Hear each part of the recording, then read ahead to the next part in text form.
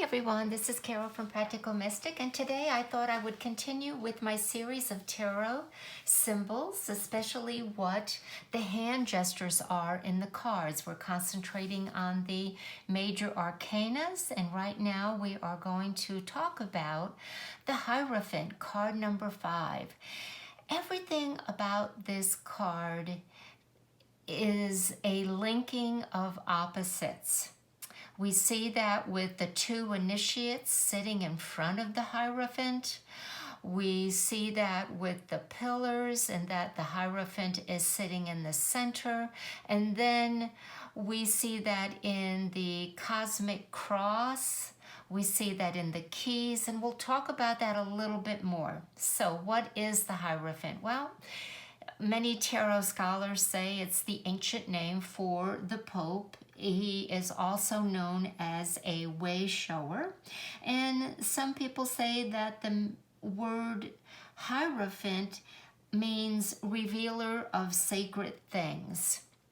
So here at the 5 major arcana level, we are now coming to a number that represents man. 5 has always represented the pentagram, the 5-pointed star, and the 5 points of man. When his hands are straight out and his legs are straight out and his head, it is the 5, the number that indicates the human body with its 5, let's say, extremities pointing out.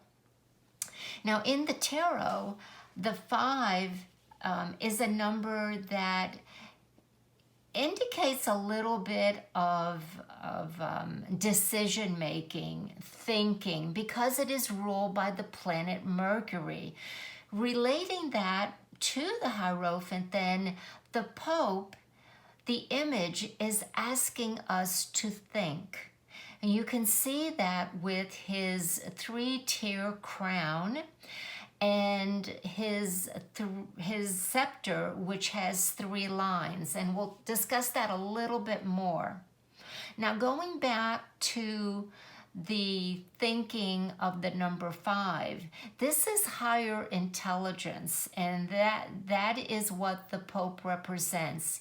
He represents the inner voice, and looking at the way his ears are covered, it symbolizes how we have to have inner hearing, how we need to hear that still small voice within us. Okay, now let's go back to what the hand gestures indicate. Remember that the tarot is a mirror image, so when you're looking at it, your right side is your left and your left side is your right. So he is raising his masculine, active right hand and blessing the 2 priest initiates. That hand gesture, if you remember, we talked about each finger indicating a planet in astrology. This hand gesture in ancient times was called the hand of God, or the Latin hand of God, when you had the 2 fingers up and the thumb up, and then the other 2 pointing down. Now, what are the fingers? As you know, the thumb indicates the will, and it sits on the mound of Venus. The first finger is Jupiter. The second finger is Saturn. So he has Jupiter and Saturn, which are also opposites, generosity and restrictions. And your will, or your choice to use both of those, are centered here. And then the other 2 fingers are Apollo, also known as the sun, and then Mercury. So you are putting those, your thinking and your actions are being brought down to the world. So you have your spiritual world, and then you have your world, the formative world, which we talked about earlier in another video about the 3 different worlds shown on his crown. Now, here He also has in his left hand a scepter. Now, the left side is known as the feminine side. It is the unconscious side. So we have the unconscious and we have the conscious, which was represented in the high priestess by her two pillars, but hers were black and white. Here in the Hierophant, they are gray. That means that the black and the white have united. The masculine and the feminine are now one. They are in unison, which, as I said earlier, is the whole idea of the Hierophant. The yoke here, the union of opposites coming into one.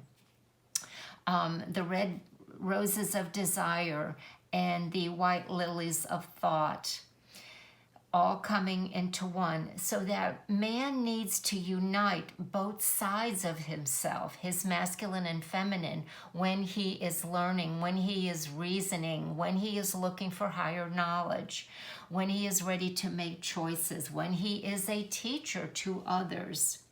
So let's talk a little bit more about the scepter. And I kind of got into a little bit more detail than I wanted to. I guess what I want to relate to you is that basically what the two keys represent here. Now, some tarot scholars will say that there is a silver key and there is a gold key, and that is very true. And the gold key represents male, the sun, and the silver key represents feminine, the silver, the moon. And again, union of opposites.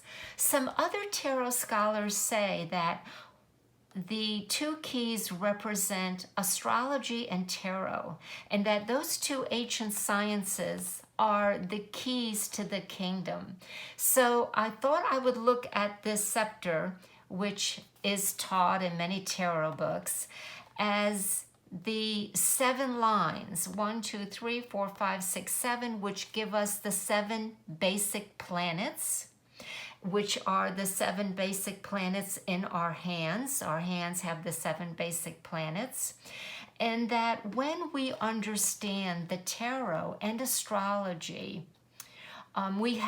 we know ourselves, as the Oracle of Delphi said, that man know thyself, and we understand life on a deeper level. Why is that? Well, astrology helps us understand who we are, our personality self, and our past, our karma, and where we are going. It is a blueprint of where we've been and what we're doing in this lifetime.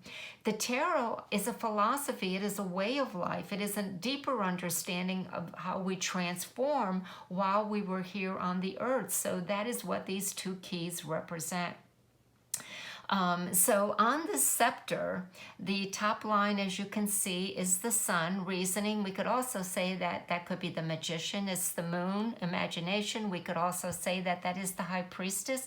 And the center line, the middle pillar, if you will, is Mercury, the planet that is our mental.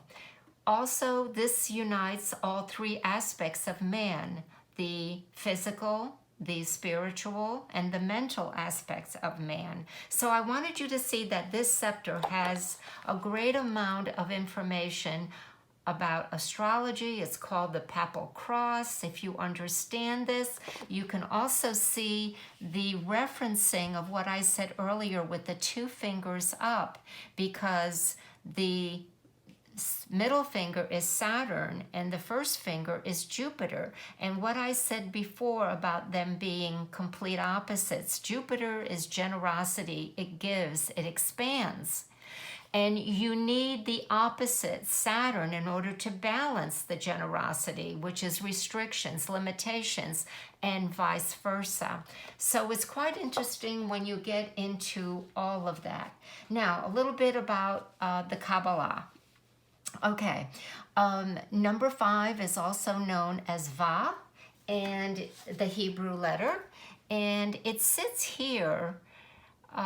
It's the 16th path, and it sits here. And why this is important is the Hierophant card links not only wisdom and mercy, but it links the two. There's 3 primal triangles, and it links what is called the supernal triangle with the lower one, the formative, or the where we are here on the earth plane operating. I think it's also called the 7 stars. So the Hierophant links us here on the ancient Kabbalah, and it is a union that is necessary to understand the deeper meaning. Now, traditionally, when this card comes up, we say that there is orthodox teaching, religion, higher learning. It could mean that there is a benediction, there is a union such as a marriage, the birth of a child possibly, because of a union of man and woman. There is a call for us to ask ourselves, what is our value system as we live here on the earth plane? So the Hierophant is a very important card. It's our inner teacher. It is our values. It's how we conduct, what we believe. It's traditional. It's universal, and it is a call for us to meditate and to contemplate and to go within, to reconcile our differences within ourselves, our masculine and feminine energies, and be better for it in the end. So that's kind of a little bit about the Hierophant that I wanted to share with you today.